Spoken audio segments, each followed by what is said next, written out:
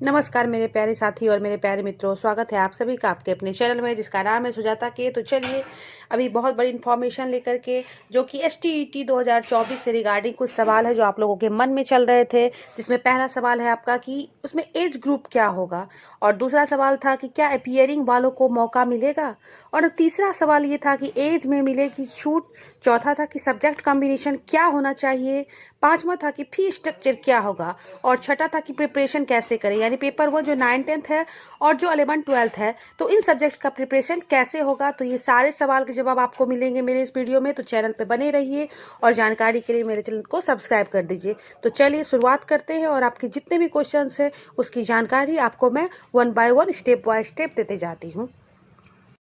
तो चलिए, जैसा कि इस वीडियो को लाने का मेरा मकसद यही है कि बहुत सारे स्टूडेंट हैं जिन्होंने बीएड कर रखा है और STET एग्जामिनेशन को लेकर के जिनके पास बहुत सारा कन्फ्यूज़न है, तो उस कन्फ्यूज़न को क्लियर करने के लिए कुछ इम्पॉर्टेंट पॉइंट्स हैं और उस इम्पॉर्टेंट पॉइंट्स पर मैं आप लोगों के सामने चर्चा करने के लिए आई हूँ और उस सवालों के जवाब को जहाँ तक यथासंभव जो मुझे लग रहा है कि जो चीज़ें सही है वो मैं आपको बताने आ रही हूँ। फिर भी अगर आपको कोई प्रॉब्लम हो या कुछ भी ऐसा लग रहा हो जो जिसकी जानकारी मुझे नहीं हो, तो प्लीज़ आप कमेंट्स करके वो बता सकते हैं।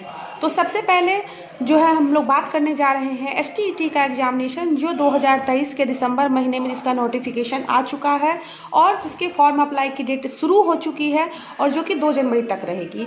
तो सबसे पहला मुद्दा है उसमें एज ग्रुप का कि क्या एज के लिए छूट मिलेगी। तो जैसा कि मैं आपको बता रही हूँ कि एज ग्रुप एक बार फिर से ध्यान से सुन लीजिए कि जो अनारक्षित पुरुष है यानी कि जो अनरिजर्व जनरल कैटेगरी के आते हैं, तो उनके लिए उम्र जो सीमा जो है वह 37 वर्ष है।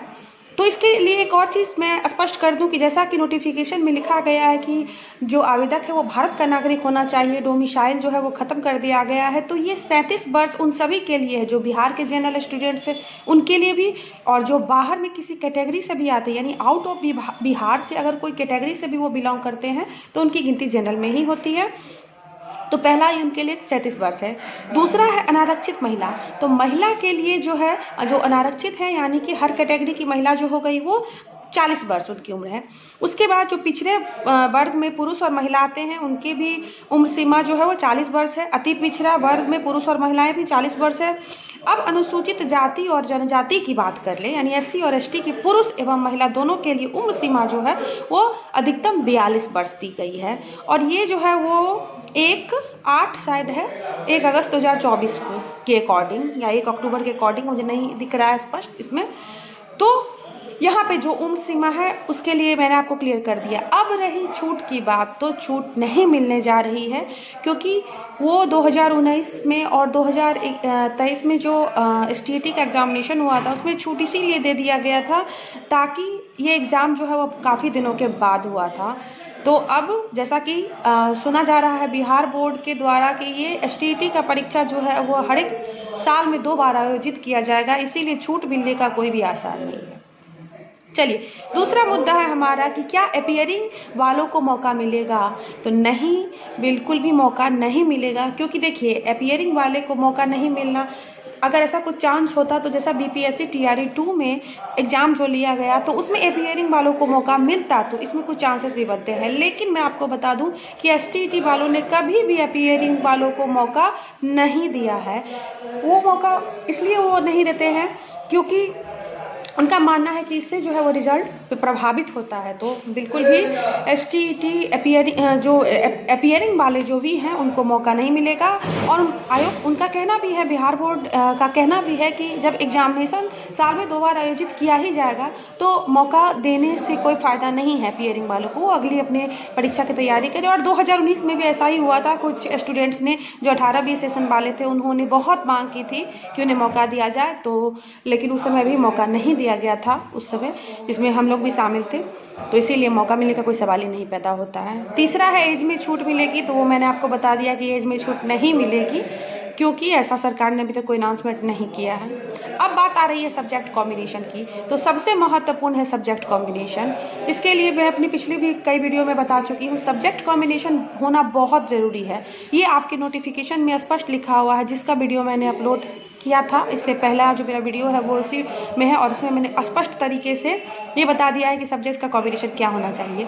अगर आप विदाउट कॉम्बिनेशन फॉर्म डाल भी देते हैं तो आप कभी भी बीपीएससी के लिए एलिजिबल नहीं हो पाएंगे, क्योंकि उस समय में जब डॉक्यूमेंट वेरिफिकेशन होगा तो आपको छांट दिया जाएगा और फिर आपको काफ़ी दुख होगा। तो इसीलिए ऐसा काम ही नहीं करना है। आप अपने सब्जेक्ट कॉम्बिनेशन को देख लेंगे कि किसके साथ कौन सा सब्जेक्ट जो है वो मैच करता है। चलिए अब फी स्ट्रक्चर की बात कर लेते हैं। तो फी स्ट्रक्चर के बारे में बिल्कुल जानकारी दी गई है कि पेपर 1 के लिए जो है आपको अगर भरते हैं पेपर 1 के लिए 940 है और पेपर 1 और 2 दोनों के लिए 1440 के लगभग है और SC ST के लिए 760 है पेपर 1 के लिए और 1140 पेपर 1 एंड पेपर 2 दोनों के लिए है। ठीक है, तो ये सारा जो आपका डिटेल है वो नोटिफिकेशन में दे दिया जा चुका है।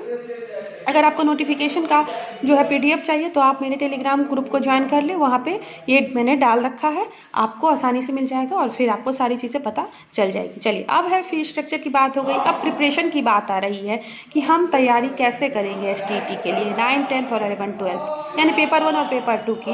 तो 9th 10th जो कि पेपर 1 है तो उसके लिए सिलेबस के अकॉर्डिंग, जैसा कि पिछला सिलेबस दिखाया गया है, तो सिलेबस के अकॉर्डिंग जो है आप 9th 10th की बुक से ही प्रिपरेशन करेंगे। क्वेश्चन यथासंभव वहीं से रहता है, 100 नंबर का क्वेश्चन वहीं से रहता है। 50 नंबर का जो क्वेश्चन है पेडागोजी वो आपको थोड़ा बहुत इधर उधर तैयारी करना पड़ेगा। आप वीडियोस देख सकते हैं या आपके पास अगर प्रीवियस ईयर पेपर है तो आप उससे मैच कर सकते हैं। 11th 12th की बात है तो इसका सिलेबस पे 11th 12th के अकॉर्डिंग रहता है, उससे छोटे छोटे MCQ बनते हैं जिसके लिए आप प्रिपरेशन कर सकते हैं। तो ज़्यादा पैनिक नहीं होना है, आपको आराम से पढ़ना है। इस बार STT वालों ने पर्याप्त समय दिया है। पहले तो कुछ ही दिन में एग्जामिनेशन हो जाता था, मतलब कि इससे पिछली बार तो बड़ा ही गजब हुआ था, 29-30 तारीख तक फॉर्म फिलअप होता ही रहा और 4 से एग्ज़ाम शुरू भी हो चुका था। तो चूँकि ऑनलाइन होता है तो ये काफ़ी सारे ड्यूरेशन में, मतलब काफ़ी सेट में जाता है। ठीक है, काफ़ी शिफ्ट में ये एग्ज़ाम होता है। तो चलिए अभी के लिए आपका जो क्वेश्चंस था उसका आंसर मैंने दे दिया है। अगर आपको और भी कोई क्वेश्चन जानना है तो आप कमेंट बॉक्स में टाइप कर सकते हैं, जिसकी जानकारी आपको मिल जाएगी। ठीक है, तो फिर मिलेंगे अपनी अगली वीडियो में। तब तक आप मेरे चैनल पर बने रहिए। अगर आपको BEd से संबंधित STET से संबंधित और भी कोई जानकारी चाहिए तो मेरे चैनल को प्लीज़ सब्सक्राइब कर दीजिए, मेरी वीडियो को लाइक कीजिए और शेयर कीजिए। Thank you.